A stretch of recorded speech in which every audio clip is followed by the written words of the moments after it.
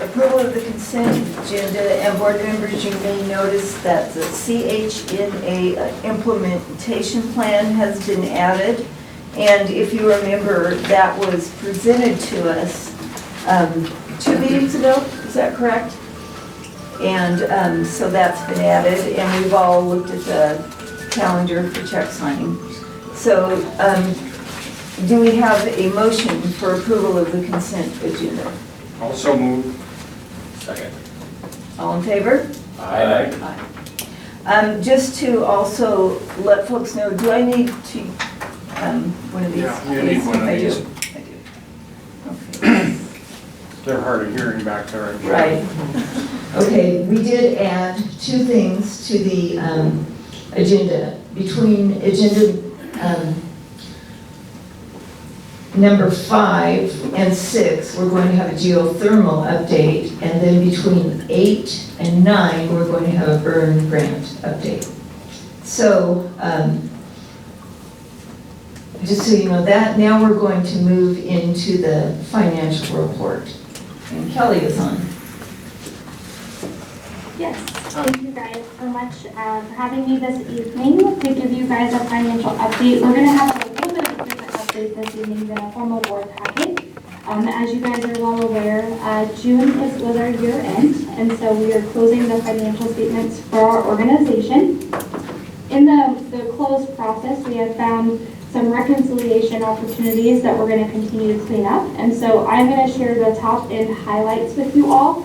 It was a last minute add to your guys' board packet, so you should be able to see the 2-page document in there around this. The one thing that I can share my screen if needed, but I shared with the finance committee earlier this week that we have found that our expenses are understated because there is an AP workflow delay in getting invoices entered into our platform. We're still trying to figure out like what that workflow is and where the breakdown in that process is. And it's purely because invoices have not been caught up with all of our vendors, and some of them are missing. I had a lot of conversations with vendors this week to get that information, and our bottom line continues to get updated. And I really, knowing that we're using this information to help with our financial turnaround strategy as well as the forecasting for this upcoming year, want to make sure that those financial statements are fully accurately reported for our organization.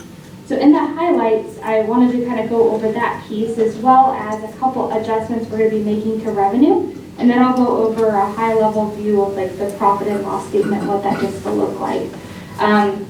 For revenue adjustments, we're still working through all of the different payers that are not paying us according to a contract, and or there's claims going out the door that are not getting us reimbursement due to how they're being dropped. And so as a result of that, I want to make sure that our adjustments are properly booked for last year.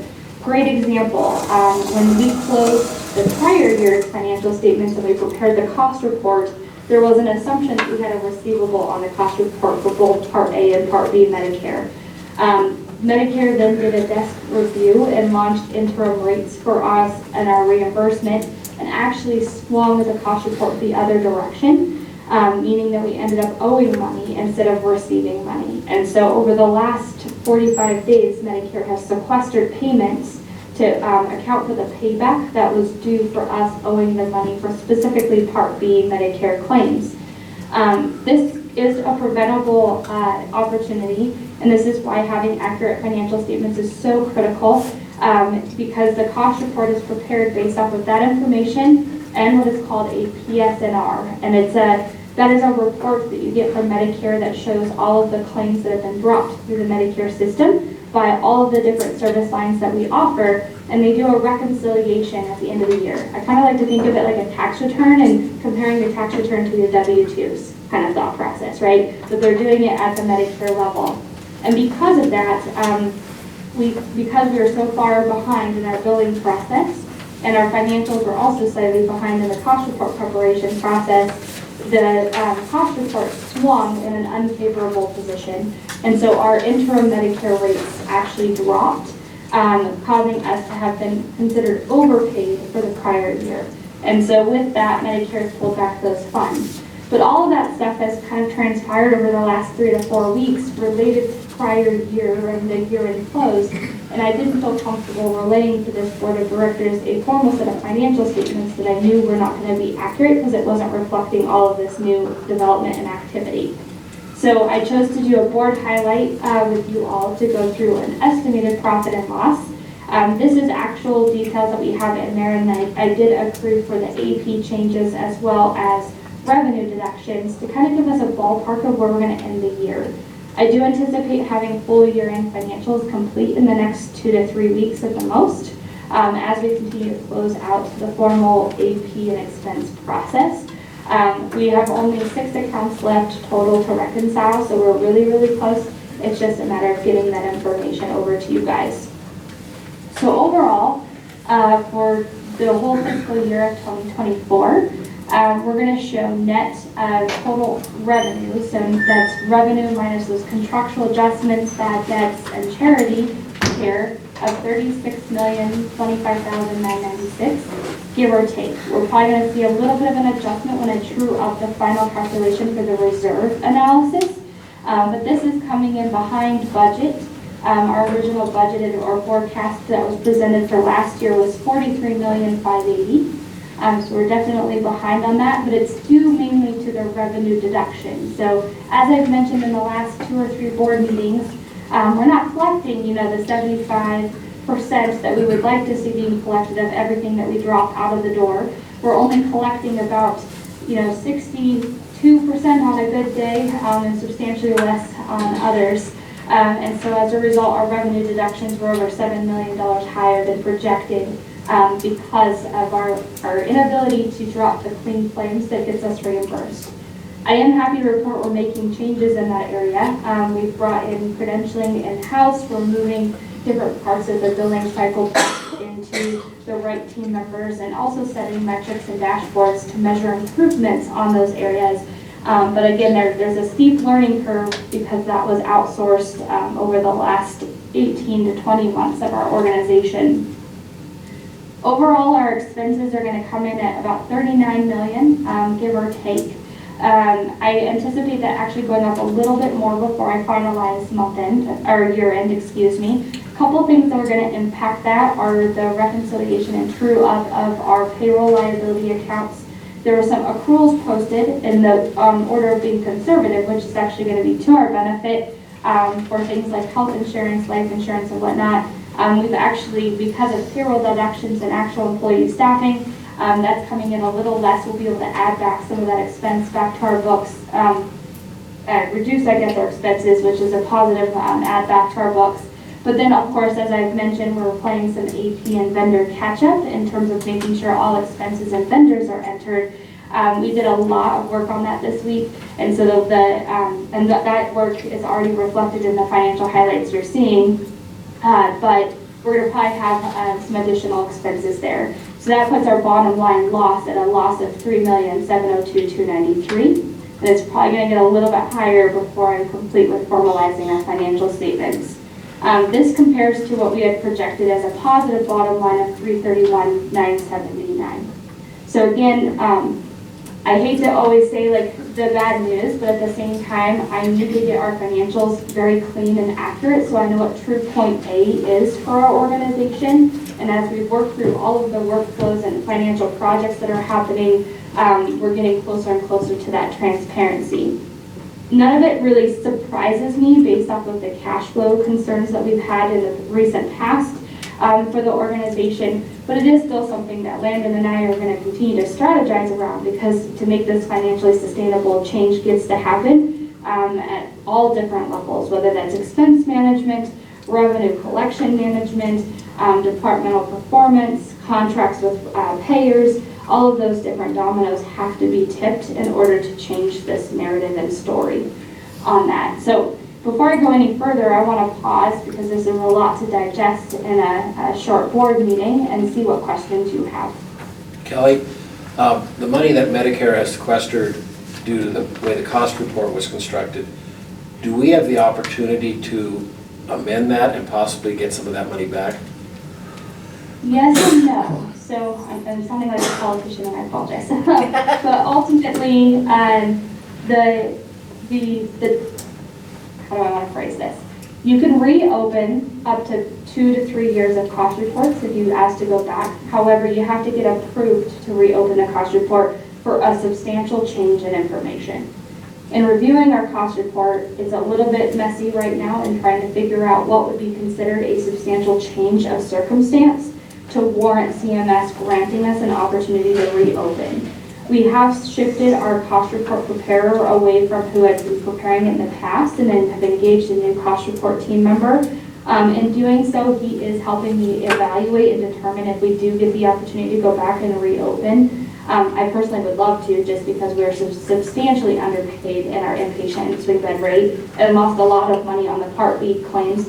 The hard part is the Part B switched or became a disadvantage to us based off of our billing practices and when we played catch up with our billing. So what they're doing is any claims related to a service date for prior year that were dropped maybe in the current year have adjusted the cost report backwards. And so we're trying to figure out where maybe we could have picked up better reporting versus is it a billing issue. Okay, Coach Kelly, going forward, do we expect this continued giant revenue deduction, or have we pretty well swallowed that in for the prior year?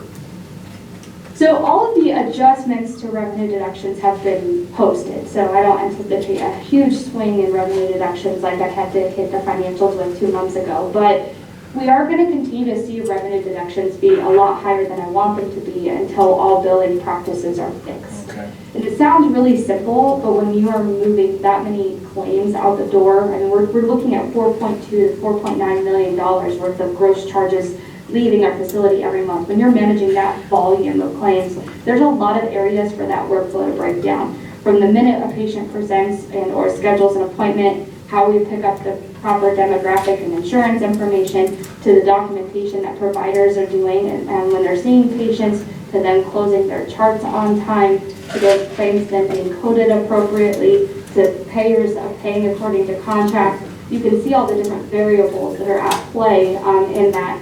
And until each of those variables has a proper workflow and as efficient as possible, it will be a slow climb out of the revenue deductions being that high of a percent of our gross charges.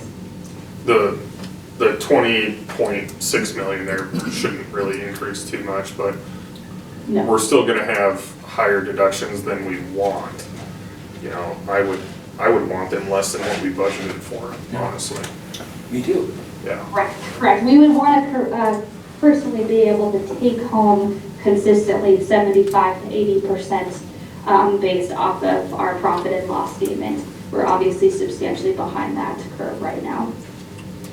Kelly, I was looking at the license taxes on the spins, and it's about 900,000 difference. Why such a big swing? Where do you see this? It's a great question. I haven't dove into each of the variances to the level I really want. I do know that there's been a lot of classification changes of expense. So some of the expenses in prior years hit certain categories, but as I'm helping close out year end with Natasha, I'm trying to move them to the categories where they really should have sat all along, because those categories turn around and dictate our cost report and where we get paid. And so this goes back to the cost report conversation that I just was kind of sharing with you all. The fact that we reported things in like the wrong department or didn't allocate things the way that Medicare would incentivize you to do so to get a higher reimbursement rate is part of our problem. So you're going to see a lot of those variances, and once I finalize year end, I will give you a work paper, like a cheat sheet essentially, of everything that has a greater than a 5% variance from prior year and or budget to explain why it's being categorized differently this year. Great. Thank you, Kelly. And we'll have a revised budget soon after you close the year end? So the budget and forecast has been a fun project to say the least, but I think it's also shed a lot of light on the financial opportunities we are continuing to face.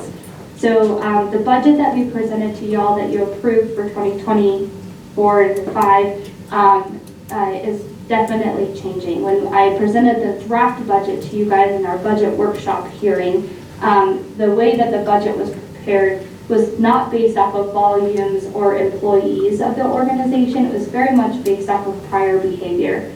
just as an example, salary and wages was based off of taking the current salary and wages, taking it over to next year and amortizing it out for another 12 months, factoring in an increase based off of some contracts, and that was it. It didn't factor in actual physical full-time equivalent employees by department. After having those discussions with each of the department leaders, the JFS team has come up with a number that's over $1 million less than what was presented in your original budget. Like, that tells you how far off the data that was presented was. And so our goal and target is next board meeting will be presenting the final updated forecast that then will also allow each of the department leaders to have a true roadmap from a budget lens. So the thing is, I refuse to accept a budget with that big of a loss like we had last year. And so we're working really hard to put together a forecast to climb us out of the loss. We still might have a little bit because having over a $3.7 million swing to next year's performance is a heavy ask for a transition of senior leadership like we've had. But at the same time, I want to get us as close to break even as possible with a roadmap to get us there. Okay, thank you. You good? Okay.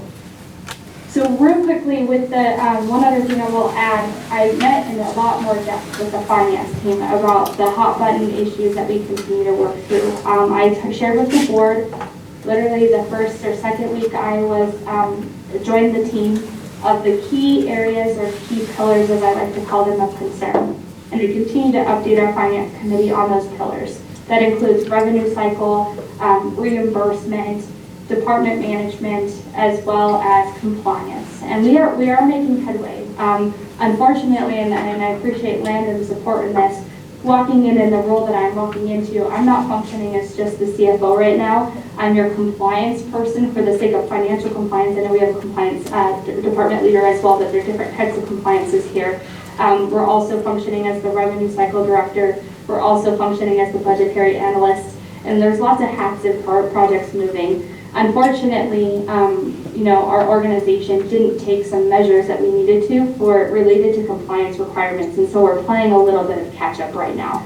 But I'm happy to report some of the bigger concerns or issues are in final resolution phases, which means that I'll stop looking in the rear view mirror here soon and be able to start looking more forward, which will be very helpful. Good. Excellent. Yeah. Last but not least, just to give you kind of an update on Lakeview Gardens as well as DME, we are also reconciling these accounts as part of year end. Lakeview Gardens has a year-to-date loss of over 1.8 million. DME is going to end the year with a projected loss of 272,000. Again, all of this is getting our accurate reporting in play. There's things like true reporting of revenue as well as cost of goods sold and inventory that are also a part of these processes. And so the goal is that these swings don't happen anymore. Every single month we'll now have a month-end checklist that allows for us to reconcile each account back to some sort of origination data. So in the case of like DME, for an example, pulling the right revenue reports and inventory reports every single month to be able to report those changes. And we're definitely making some great headway on that. Like I was telling you earlier, we're down to only 6 accounts that don't have a formal reconciliation process, which then means every month hereafter, your financials will be pretty darn accurate. It's a lot of catch-up. Yeah. Thank you. You're welcome. Okay. Anything else? Okay, I think we're good. Thank you, Kelly. All right, we're going to move on to quality measures.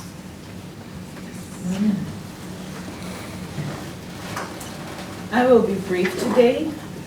Can you give me the mouse?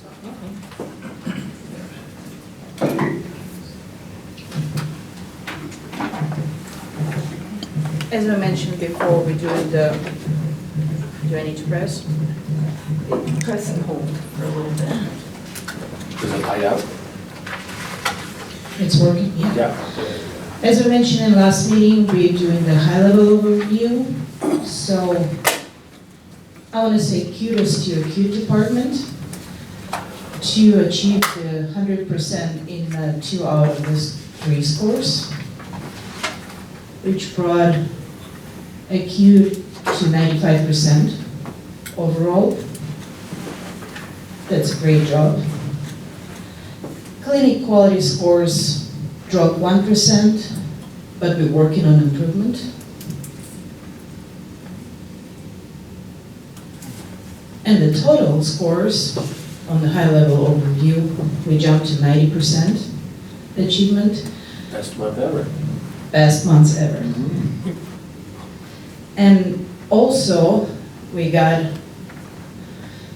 a really good HCAP scores.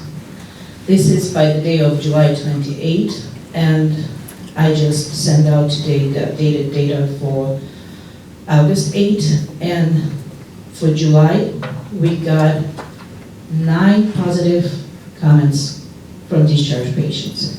It's a very high amount of the comments, what was left for us. So June was a great month.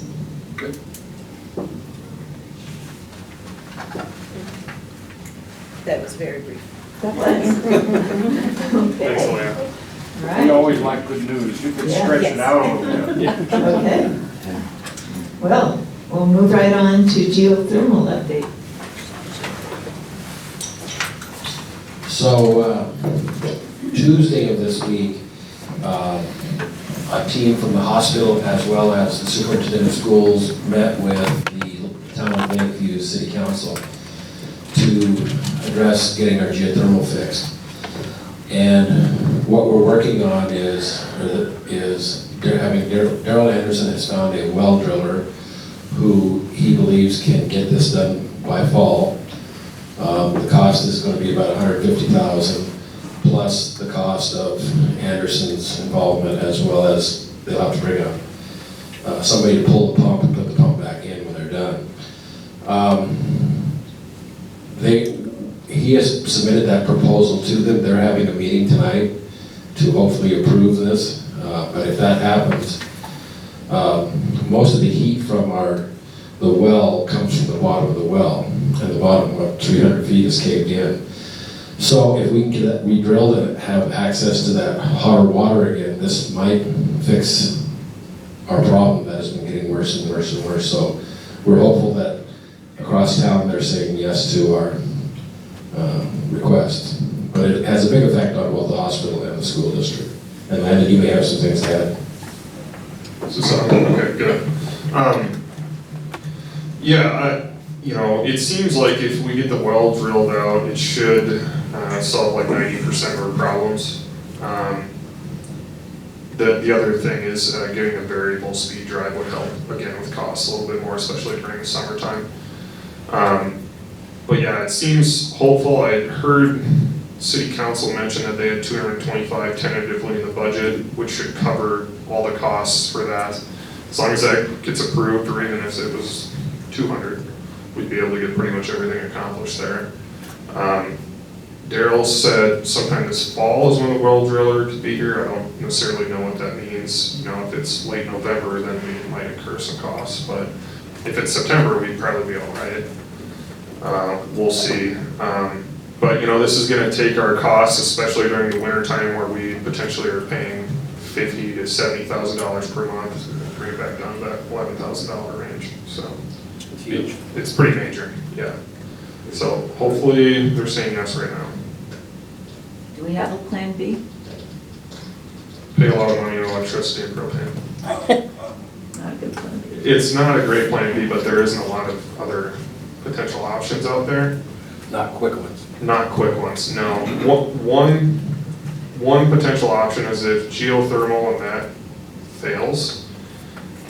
There are some key players out there that are exploring natural gas as a solution. But it's a ways A out. ways out, yeah. Natural gas would be a great option for a backup, and I think it's something that we would be interested in exploring even if we got geothermal working, because it would be the best backup option that we could get. Yeah. Natural gas is cheap and it's safe. Not only would it be a benefit to like the school and the hospital, but it would be a benefit to this entire community. It would be a lot cheaper for community members to run natural gas. So I'm gonna probably pursue that regardless of what happens with geothermal. But again, it's not a this year solution. Sure. So.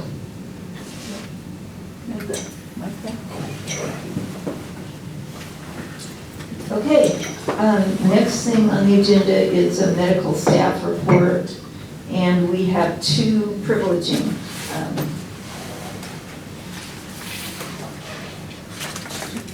things to approve. First, we have Susan Gross, a family nurse practitioner, and Louise Ledoux, am I saying that correctly? And she is a MD, PhD. And so we need a motion and a second for those. I'll make the motion that we do the staff privileging as presented. Second. All in favor? Aye.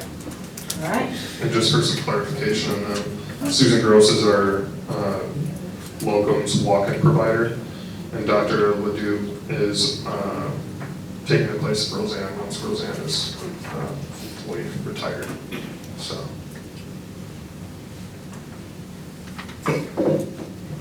Also a locums provider though, Okay. not permanent, unfortunately. I was gonna ask you. You had my heart pounding there. All right. Tori, we're going to go to the nursing report. Okay, so for nursing, is this working? No. Press, Press and hold.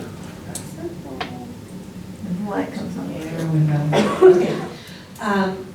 Two of our nursing students, Heather Rivera and Lauren Lytle, have completed their first year of school and sat for their LPN boards and got their LPN licenses. So they've both taken PRN positions on acute, so they can start practicing as LPNs. That's good. So they can do that while they're in their final year of school next year. So school starts up again for them in September. So we'll have those two, plus we will have 3 first-year students starting as well. And then a third second-year student. Well, 6 total nursing students on the floor and in class here starting end of September. That's great. Yeah. Good. The other thing I wanted to let you know about is we have decided to change up the way we are going to post jobs for nursing.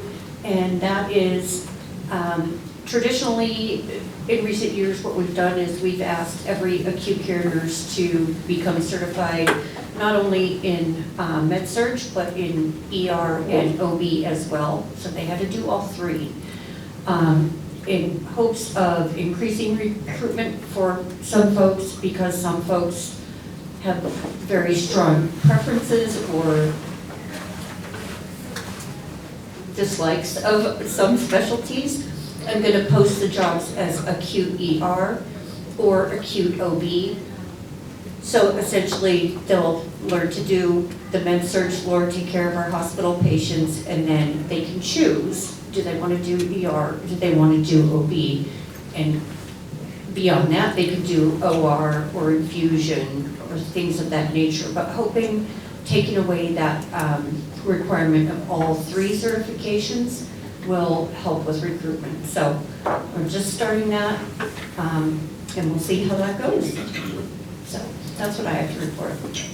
Just to add on that, I asked around for the other district hospitals in Eastern Oregon, how they staff OB, and this model that Tori is talking about is exactly what Enterprise does.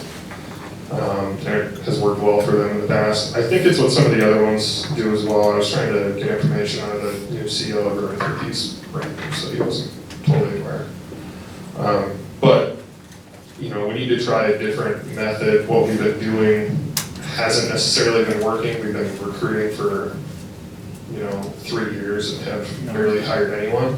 So have we looked at some of the signing bonuses, like St. Charles is always advertising, et cetera? Yeah, we have. And we have actually upped our signing bonus for nurses to kind of match that. We'll probably never get to the point of getting our wages up to like what St. Charles is at, just because we're a critical access hospital, we're not St. Charles. We don't have millions of dollars in the bank. So that is something that probably won't happen, but being a little bit more competitive is something that we're looking at. So we are actively monitoring our wages, and we'll probably make some adjustments here shortly. And you have the information on the rural health credit as well? Yes. Okay.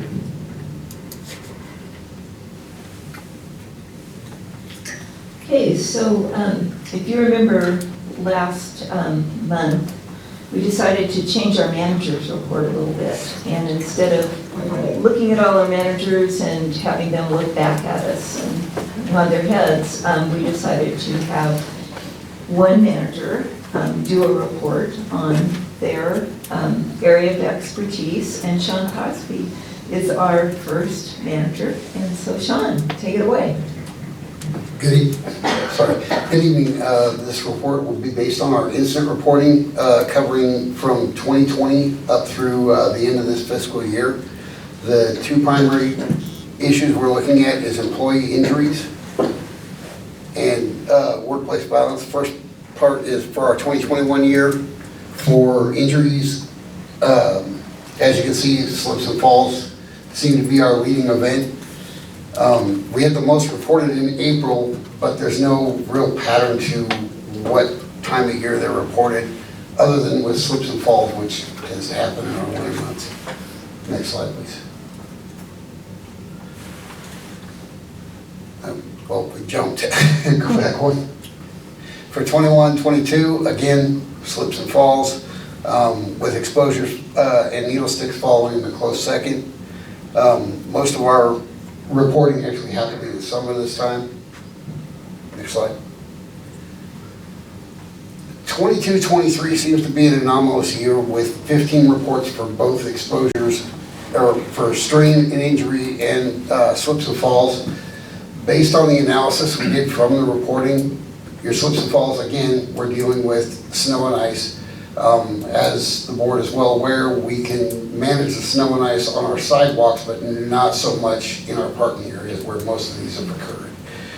Staff have been advised, be careful when you're walking up from your car, etc. It just gets slippery. Sean, what is caught in or between? In that particular case, two of the events had to do with somebody moving a mechanical piece on a bed and they got their finger caught. Oh, okay. You had something? Yeah. So the fall or slip injury, 2022, 2023 was a pretty heavy winter year, correct? Yes. We had snow on the ground for a solid 6 months, starting from November 1st into mid-April. That could explain that then. Same thing with the strainer injuries. As we know, colder weather, people get less active, so they're not stretching as much before they go to move a patient, or they're less active outside of patient care, and then when they go to do patient care, they tend to get injured. We do have a program in place to teach our staff how to properly move patients and how to assist others in moving patients, and we keep reiterating that as much as possible with our Slips and Falls Committee. All the injuries are reviewed within our District Safety Committee, and any recommendations they have, we bring back to administration or try to implement through directors. Our 2023-24, as you can see, we've got a star next to the exposure needle sticks. This particular reporting had to do with 4 different reports for a singular event. We had 4 nurses that were exposed to an individual that came in through the ER. DEQ actually got involved with that one. It was short-term exposure, but rather than a single report of the incident, we had 4 separate reports, which is what's reflected here. So actual incidents would have been 4 total. Next slide. I know this total injuries by month is a little hard to read, but as you can see, the majority of our incidents are slips and falls. Some of that has to do with our parking areas again, which we are looking eventually to go after the BRIC grant, which is the Building Resilient Infrastructure in Communities. We're working with Daniel Tagg, the county emergency manager, to try and get on the current natural hazards mitigation plan, and he has actually agreed to put both our roof and all of our parking areas into the plan as known projects to help assist with us getting that BRIC grant. For workplace violence can be anything from somebody verbally accosting somebody, harassing somebody on the phone, to physical altercations, most of which tend to happen down in our acute section, and most of which tend to be individuals that aren't fully in control of what they're doing, whether under chemical influence or physical effects from age. Next slide. And you'll see the trending in this. From the 2020-21 year, we had quite a few events. Most of those had to do patient to employee, approximately 71%. Next slide. Again, 2021, we had some primarily verbal events, a couple threatening and 1 harassment. Usually the harassments, based on the reporting, has to do with patients calling wanting refills of drugs that haven't run out yet or they're not authorized to get. And a provider may be out and they are constantly calling the EMAs trying to get a prescription filled when the EMA doesn't have the authority to do so. Next slide. This time you'll see the stars by the physical. It's the same kind of situation we had with the exposure.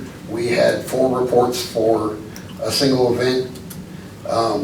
Patient lashed out while they were attempting to assist him in the bed, and an individual got struck. No major injuries, but 4 different people, including our security staff, filed a report on it. Next slide. And for the last year, as you can see, we only had 3 events reported. Again, with the month-to-month, there's no telling when that's going to particularly happen. And final slide. As you can see, the trend for our workplace violence reports has gone down. We feel this is primarily due to the removal of the COVID restrictions and people being frustrated with COVID. In the 2021 year, when we were still in the midst of COVID and masking restrictions, people were highly volatile, highly upset. As we start coming out of those restrictions, the incidents decreased almost by half. And this last year, again, we only had 3 events. And that's all I have, barring any questions. Nice downward arrow, I like it. Thank you, Sean. One last caveat with the employee injuries. Our annual average is approximately 28. Again, the 2022-23 year was anomalous due to, again, we believe the bad winter and people not stretching properly before they were moving patients. Is our insurance company happy with us? So far, yes. Important. Thank you, Thank you. Thank you, Sean. Thank you, Sean. All right. So our next item is another item that we added on late. It's the burn grant update. And just so folks know, in the past, we had talked about having another large community meeting about the burn grant, and that, just to bring folks up to date, if you remember, there was a large uproar about perhaps locating behavioral health and with burn grant funds in, say, the Hereford building. That did not go over well with the community, we did not do that. And then we kind of put it on ice for a while. We talked about having another meeting about where we would place it. As you know, in Lakeview, there just are not a lot of places where we could purchase a building or do things to put that grant and with the needs for that grant. So we looked around a little bit, and we actually contracted with Daryl Anderson to look at 2 buildings in the community. And he came back with his recommendations on 2 buildings in the community. One of them was Mary's building.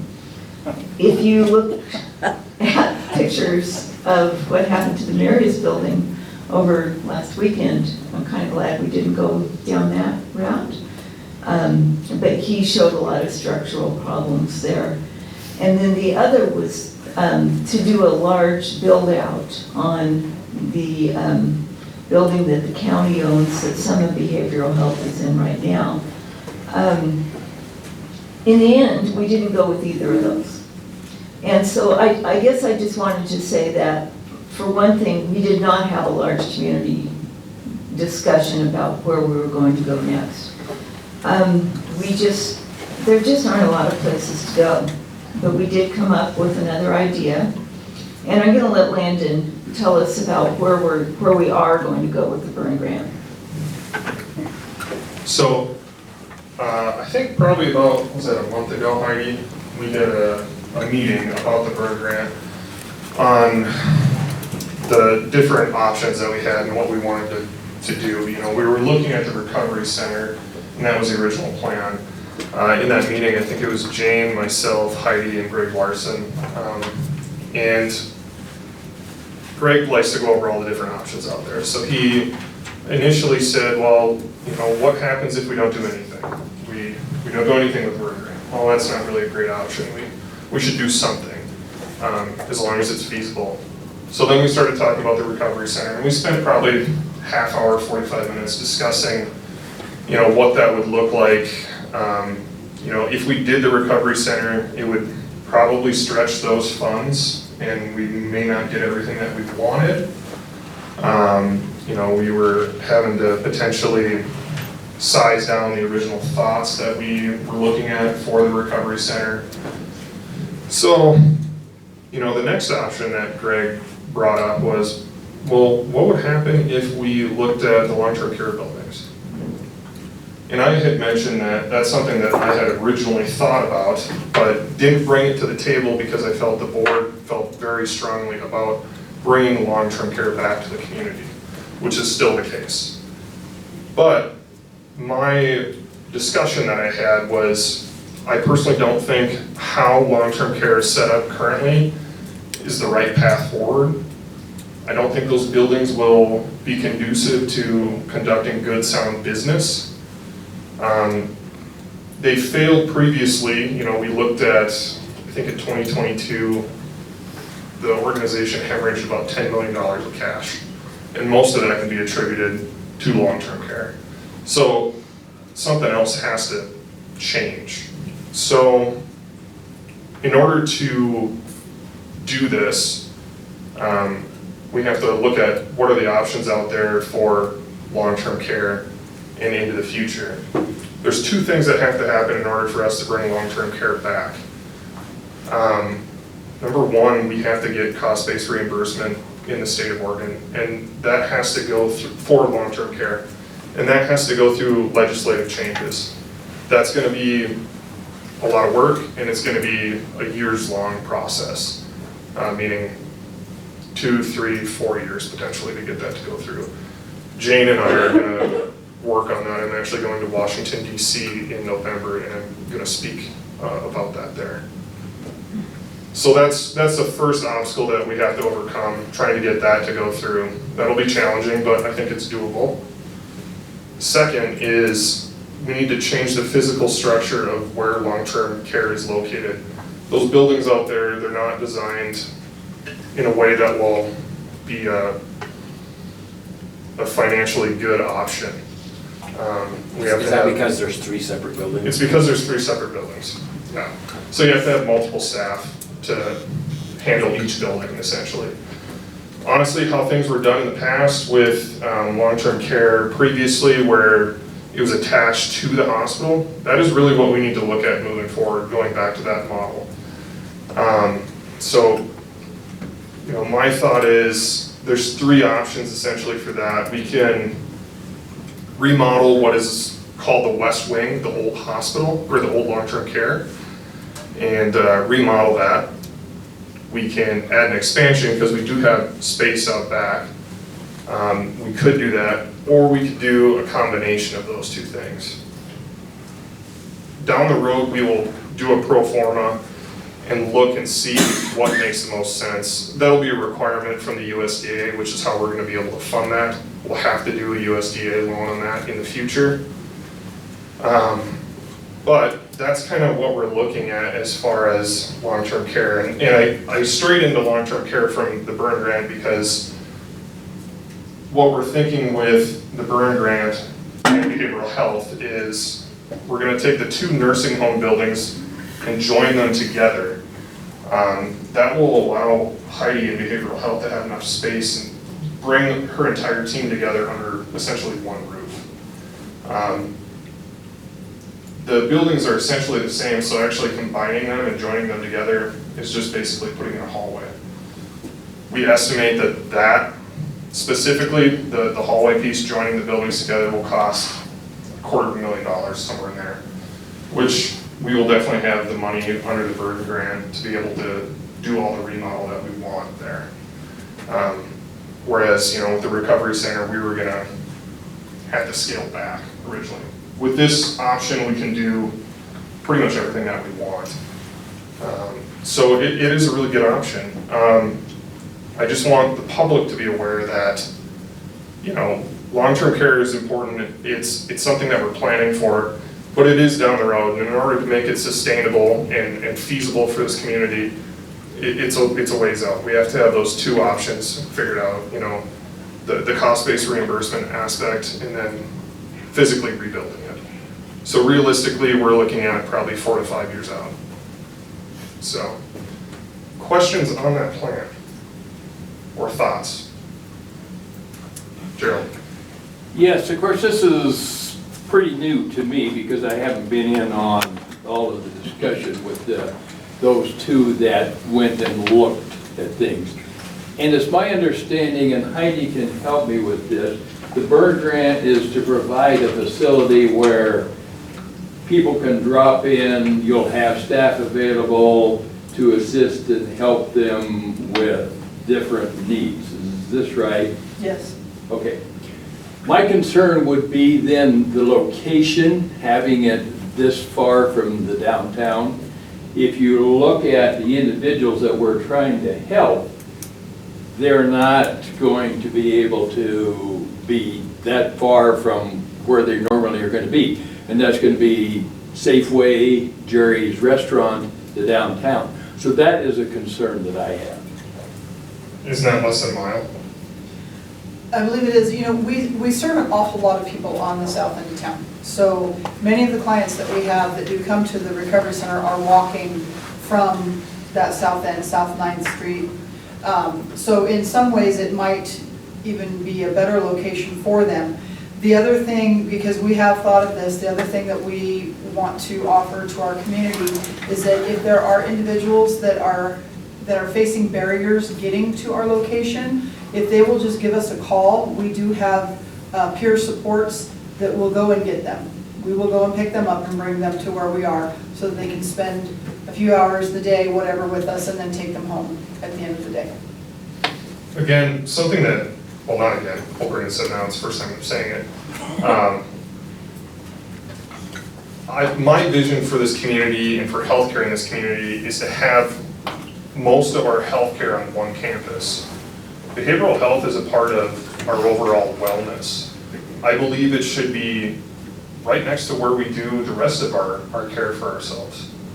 So having it centrally located here, all of our healthcare in our community, I think is the right path forward, rather than having it spread all over town. I think consolidation will be beneficial for everyone.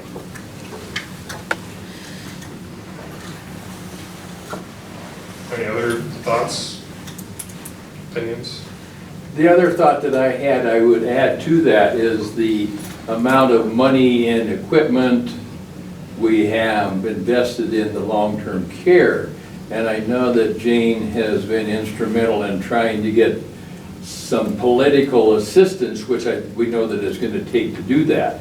And I just don't want us to jump into something too soon when there could be changes available that would be beneficial to keep the long-term care where it is. What type of equipment are you referring to? Well, I'm talking, how much do we spend on a bed and all the railings to get from a bed into the shower, those type of things. Those are hundreds of thousands of dollars that we've invested in that facility for those special needs. We should be able to salvage most of that.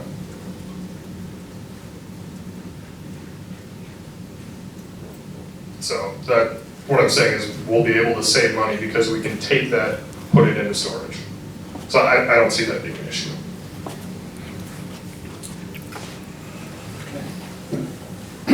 Besides the efforts in DC, Representative Owens has assured me that he is working on a legislative concept in Salem too. So right now he's kind of consumed with fires, but he's working on that. So we've got 2 tracks going for the cost-based reimbursement.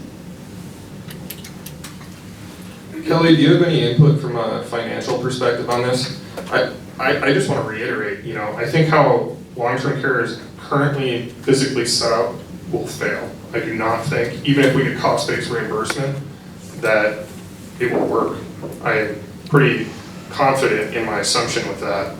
And like I said, we'll do a pro forma to prove that.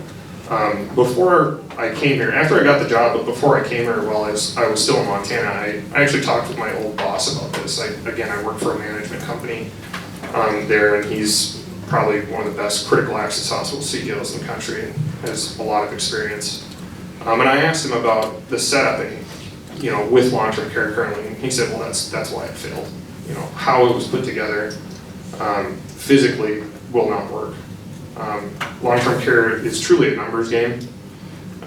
Usually break even for long-term care patients, for a long-term care facility is 75 patients. We have 36 total beds over there. It's not gonna pencil out unless you do private pay and charge your private pay residents $20,000 a month. Then it might, but I don't think that's right for this community.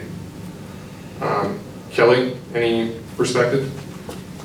Yeah, I feel like I'm kind of beating a dead horse, but echoing a lot of your thoughts already. I cut my teeth actually at a critical access hospital that had a nursing home. We were actually a nursing home with a critical access hospital in the basement. We only had 2 beds as a hospital there, where I started. Had 2 assisted livings attached to it as well. So it was very long-term care based.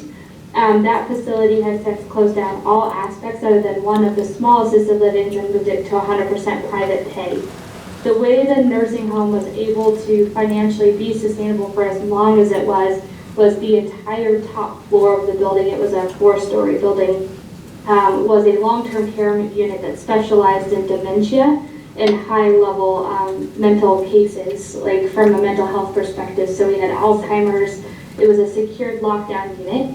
And actually started off as a nursing student there. So long story. Point being, it was 150 beds, and that was the only way with a Medicaid payer mix and a Medicare payer mix. We also had young population that would also require that level of skilled care.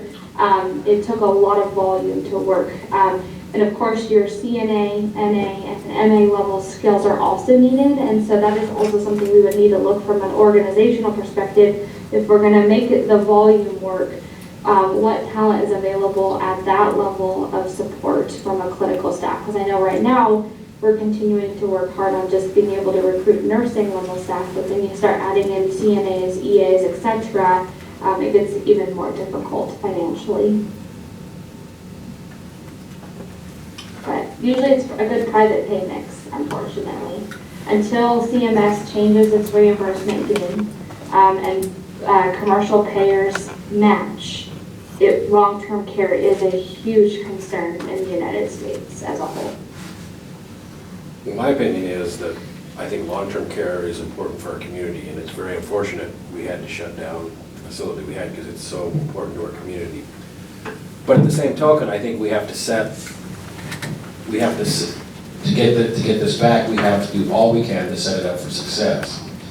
And if having 3 separate buildings causes us to cause staffing levels and other things that just work against us, then I support using those buildings for something that is important to our community, but not to keep examining how do we build long-term care so it can be sustainable. Because what we had as a board, we saw it wasn't sustainable. It was about to pull the whole hospital down. And I think it's important that we don't forget long-term care because that's so important for our Can I community. add one more comment? Sure. So a couple other things to think about as a board. Actually, I shared this a little bit earlier this week with the Finance Committee and also with Landon. As an organization, one of the things we really need to start looking at is as we start honing in on actual cleared, clean data at the individual department levels, right? What is our loss tolerance by department, right? And if we want long-term care to be part of the long-term strategy of this organization, what departments that are currently driving losses do we have to then find a way to get them to above break even, right? And we know in a normal critical access setting that does not have long-term care, there are going to be 3 or 4 departments that are always loss leaders based off of the reimbursement rates for those departments. But that's sustainable because the profitability of the other departments is enough to cover those departments' losses. But you add long-term care to the mix, and you have to build that out, then you have to look at the other departments that are normally okay loss leaders and reduce or mitigate that loss exposure to be able to offset total bottom line. I know I was misquoted for this in the past, not with this facility, but elsewhere. We are gone is the day in rural healthcare where every department, like departments used to be able to have a loss and it be okay, because there used to be gap funding opportunities in the form of grants and alternative payment models to be able to backfill that. But since COVID has phased out and the national emergency has been lifted, the grant money has actually become less and less, right? And of course, we're still fighting the commercial payers to be able to even pay at a decent rate of pay.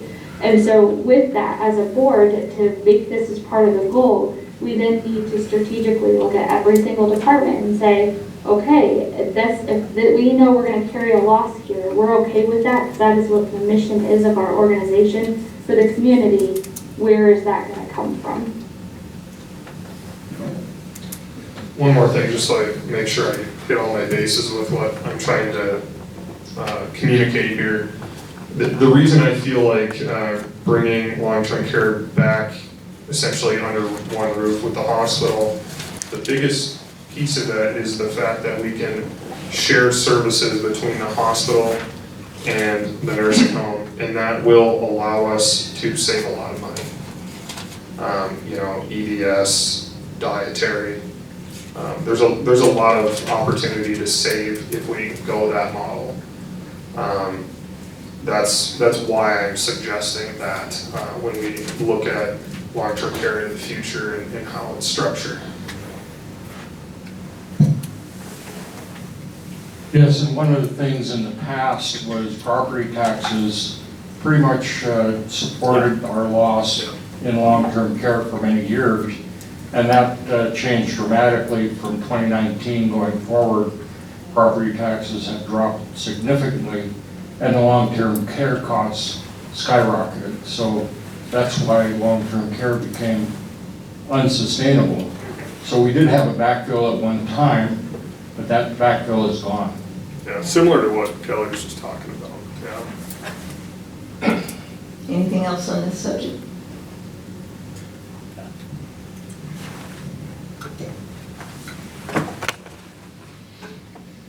I would just say that the community spoke loud and clear, so I hope that this board will take all of the necessary steps that we can to make sure that sometime in the future that it is a program that we do provide and is sustainable. So thank you.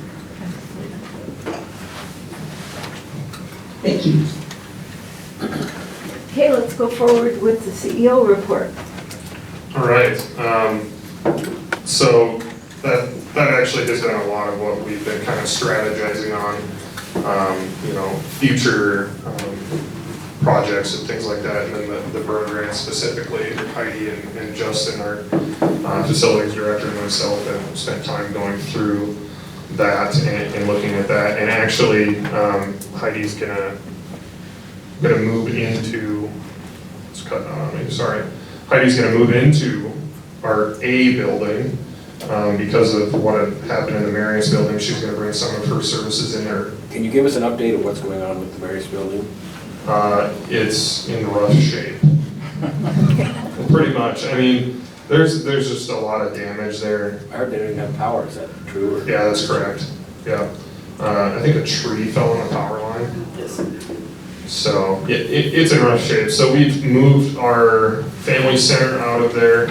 They're gonna go into building A, hopefully in the next couple of weeks. And actually, public health, we are gonna utilize our assisted living building for public health. That will potentially be the future home for public health as well. So they are out of the Marius building. They're working remotely right now, and so that's building C, I believe.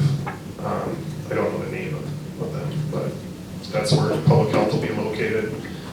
Again, those were plans that we had in the future, like a ways down, but because of what has happened with the Marius building, we're accelerating that and trying to make that work in the meantime, which it should work. So. What are we doing with the home health and hospice building out front here? We haven't done anything with it yet. There's still a lot of stuff inside of it, so we'll have to look at potentially cleaning that out, and then coming up with a good long-term strategy for what we want to utilize that for. So. Well, could that be an interim home for like public health or something in the short term till we get that ready, or I don't know? The amount of time it would take to get either of them ready would be about the same amount of time.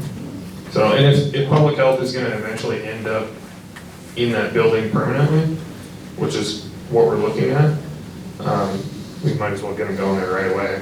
So that was kind of the thought process there. Other things, that we're actively working on, provider recruitment. We had a really good interview with a potential physician.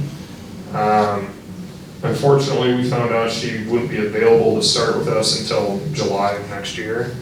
But I think we have a very good shot of getting her signed on. I have a contract that I'm getting put together, and we'll be getting to her in the next, hopefully, week. That'd be great. Yeah, that would be great. And then I have another potential physician. I left a voicemail on her cell phone this morning. I'm not going to use that because it's not working.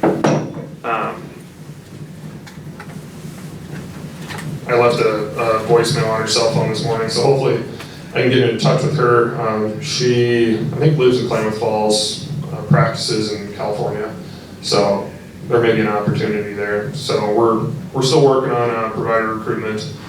That's pretty high on the list of things that we need to fix and figure out, and then just all the different things that are going on right now. Looking at the structure for nursing, strategizing, medical staff structure and how that will look in the future. Our revenue cycle, obviously, very high at the top of the list. At the top of the list, honestly. HR, our human resources director will be here. I actually just texted him yesterday. He will be here August 26th, so we're very excited to have him here and get going with us. Revenue cycle director recruitment, We were hoping to have a candidate on site earlier this week. She had to reschedule. We spoke with her yesterday, and we're actively getting that rescheduled. She's a pretty solid candidate. Plus we have, I think, 2 or 3 other candidates. 2. So we have some good options there. So hopefully we'll have a revenue cycle director hired in the next few weeks. I'm hoping by the end of the month. And then hopefully get them here maybe late September. So that would help Kelly out quite a bit, since she's spending a large majority of the time on revenue cycle. Yeah, she's hoping and praying. So, yeah, there's a lot going on right now, but, you know, we're making steps in the right direction. You gotta take a couple steps back sometimes at the beginning of situations like this in order to move forward. You know, uncovering the AP issues that we uncovered at the end of last week. We're gonna continue to find, as Kelly puts it, opportunities like this as we move forward. But they are opportunities. They're opportunities for us to make this organization more efficient and sustainable. And, you know, my goal is to be as efficient as we can and make sure we provide excellent care to this community into the future. So that's what we're working towards. Thank you. All right, this is a time for public comment. Is there anybody from the public that would like to say anything? Looks pretty quiet back there. Okay, so we are going to take a 10-minute break, and then we are going to go into executive session under 192-660-2A, personnel, 2C, medical staff, 2E, real estate, legal. So, I'm going to read our little thing. The Board of Directors of Lake Health District will now meet in executive session pursuant under the ORS as I just read. The board has invited our CEO, Landon Dibdahl, to attend this executive session. Representatives of the news media and those invited staff members and others shall be allowed to attend the executive session. All other members of the audience are asked to leave the room, as they are doing. All staff members are instructed not to discuss or disclose any matter discussed in executive session. Representatives of the news media are specifically directed not to report on or otherwise disclose any of the deliberations or anything said about these subjects during the executive session, except to state the general subject of the session as previously announced. No decisions may be made or will be made in executive session. Thank you all. Thanks, Jane.